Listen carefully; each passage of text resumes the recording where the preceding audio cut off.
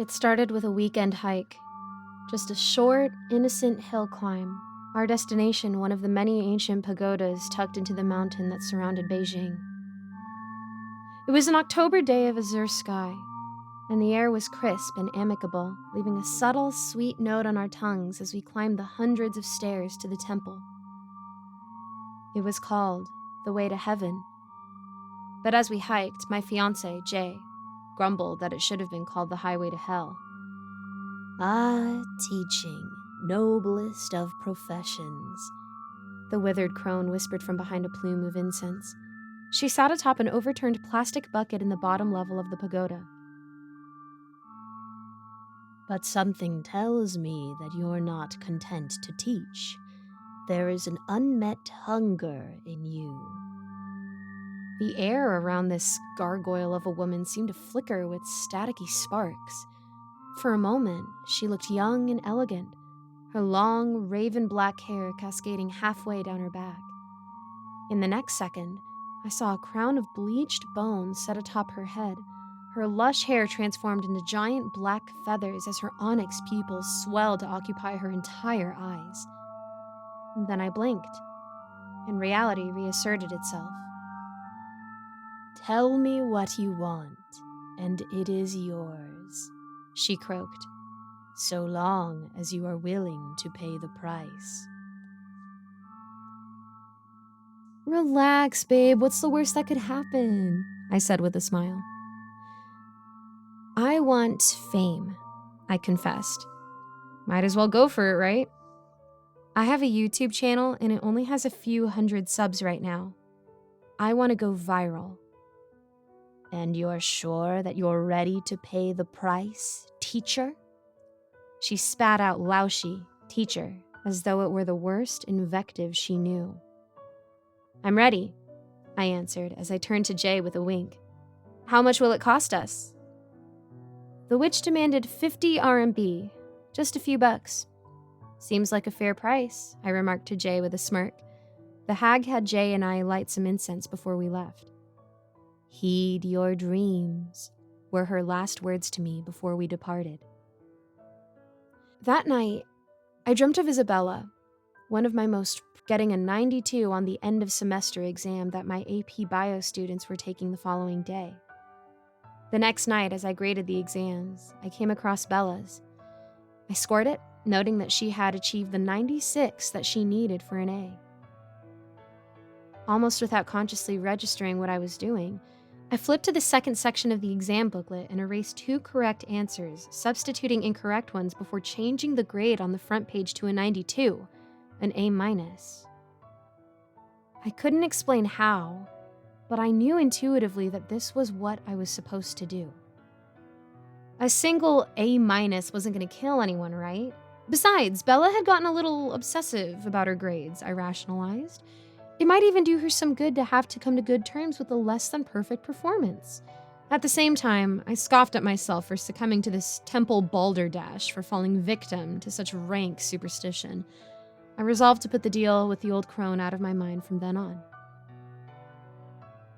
I succeeded in doing so until the following evening, when my phone began exploding with so many notifications that it powered off, drained of juice after 45 minutes of non-stop stimulation. I signed into my YouTube account and saw that my most recent video, The Legends of Heaven's Way Temple, had gotten 950,000 views in 24 hours. Wow. I had gone viral. Other creators were contacting me about interviews and collaborations. Brands were getting in touch to see if I'd be interested in shilling camping gear or hippie crystals. Even Jay raised his eyebrows appreciatively when he saw the green number representing my AdSense revenue total. Amidst all of this excitement, it was easy enough to set aside thoughts of Bella. After all, I was considering quitting my day job now anyway. Are you sure that you wish to play again, John? The hag questioned me when I returned solo. I was too embarrassed to tell Jay how much I had bought into this whole scam. At this point, it had been 6 weeks since my first visit. It was probably all bullcrap anyway, I knew, but On the off chance that it was real, that something magical was going on, I wanted to leverage it to my advantage. I needed the mojo for one more viral video, this one with over 2 million views, to lock my newfound success into place. And then I could leave this unsettling crone, this sketchy temple behind for good. Besides, all I'd had to do the first time around was change an A to an A-. It wasn't exactly a steep price to pay, right? I'm sure, I affirmed. I gave the crone the 50 RMB, lit the stinking incense, and chugged coffee to delay falling asleep for as long as possible. When I finally passed out, I dreamt of Jay's crestfallen face as he pretended not to notice that I had forgotten our 5-year anniversary, which was coming up this Wednesday. Not that, I thought. Please, not that. It'll break his heart. On the day of our anniversary, I balked. It was the first day that Jay had taken off in the 5 years that we had been together, and I woke up with his arms around me, his eyes locked onto mine, filled with the boyish exuberance that never left him, his mouth set in that determined look of his. So, I ignored my promise to the keeper of the temple, resolving to put that nonsense out of my mind and enjoy our special day. The next day, with guilt still nipping at my ankles, I told myself that I had to come clean to Jay. There were delicate lines etched around the corners of his almond eyes, testament to the brutal 996 hours that he put in at the law firm. Put in for us, to better our prospects, to secure our future. Jay, it's much worse than you could imagine. As I blurted out my confession, Jay's face began to metamorphose. His rich brown eyes were transformed into cobalt plasma balls, shooting out tentacles of electric blue and purple that forked like lightning as they invaded his corneas. Blood vessels burst along their paths so that each line was surrounded by 2 strips of crimson. A single tear of blood dripped from the corner of Jay's right eye as his mouth gaped in horror. His skin dried and wrinkled, taking on the ashen hue and tortured texture of birch bark. His mouth opened even wider, the skin at the corner of his lips beginning to tear as it possessed him, jerking open his jaws so that he was left with the same agonized frozen expression as the cadavers in the anatomy lab. You have broken the covenant.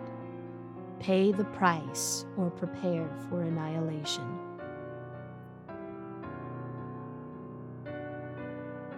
The voice emanating from Jay resounded with power. Its atavistic hunger sent currents of fear up and down my spine. During the next few moments, as blood began spurting from Jay's ears and nose, he crumpled to the pavement. I disassociated fully. I had no memory of begging a passerby to call an ambulance, of telling the doctors in the emergency department that no, Jay wasn't on any medication, and no, he didn't do drugs, of taking up my vigil by the side of his bed in the cardiovascular intensive care unit, where the chief of the neurosurgery department informed me that there was a 50-50 chance that he would recover. It was a 1 in a million oddity, the doctors assured me. A defect in the arterial wall that had been present since birth. A grenade that could have detonated at any time. That is what they wanted me to believe, at least. But I knew better. Tell me how to save my fiance.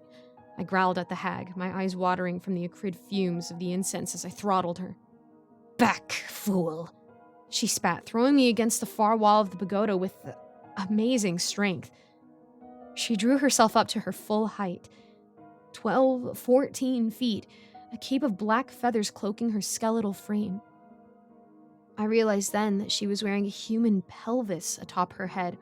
The smoldering coals of her eyes burned through the pear-shaped obturator foramina, while the twin wings of the iliac crests flared outward and upward, providing a baroque embellishment to this infernal headgear.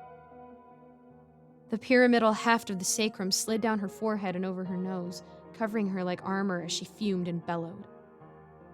You have broken the covenant. Pay the price or prepare for annihilation. I don't understand. I don't know what price to pay. I sputtered, despairing. I collapsed into a heap, lowering my forehead to the floor as I sobbed. The language of the spirits is smoke and symbol. she responded as the hag glitched and strode back to her usual proportions, casting psychotic shadows against the walls of the temple as she vacillated between human and beast. So I need to do something to ruin my relationship with Jay? I wailed.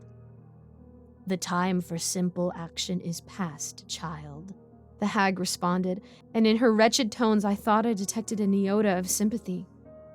Only flesh and blood will satisfy now. So, I make myself bleed, I repeated hollowly. I was ready to die, if it meant that Jay could live. Here? Now? The place where you render the sacrifice isn't important, but a mistake of this magnitude demands a very specific form of propitiation, she cautioned. My resolve was already draining. Dread began to dilute the iron in my blood. The crone elucidated, brightening with Faustian glee. Her eyes drifted down to my stomach. Oh gosh, no. It is fitting, yes? Hello? My phone rang as I stepped off the metro near my apartment 6 hours later. I've got some terrible news, John.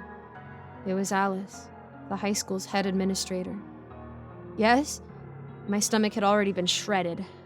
I didn't think that a single day could accommodate any more misfortune. Bella is no longer with us, as of today. Jumped off the 18th floor of her family's apartment building. Yale turned her down, said her GPA wasn't quite up to snuff, and she just couldn't cope. I begged off the phone, feigning shock. I had one more stop to make on the way back to my apartment, and I didn't want to delay things any longer. I'm going to need a sharp knife and 2 bags of ice, please. Hello everyone, I'm Giggles, and thank you so much for listening to my narration. A quick shout out to all my patrons: Melissa Perez, Geek Sanctuary, Lawrence Wallen, Andreas Anderson London, Eric Cifuentes, Krzysztof Kozak-Slazak, Jesse Hartley, and Icy Narrates. If you want to become a patron today, you can check out the link in my description below. And as always, thank you so much for your support. I'll see you in the next video.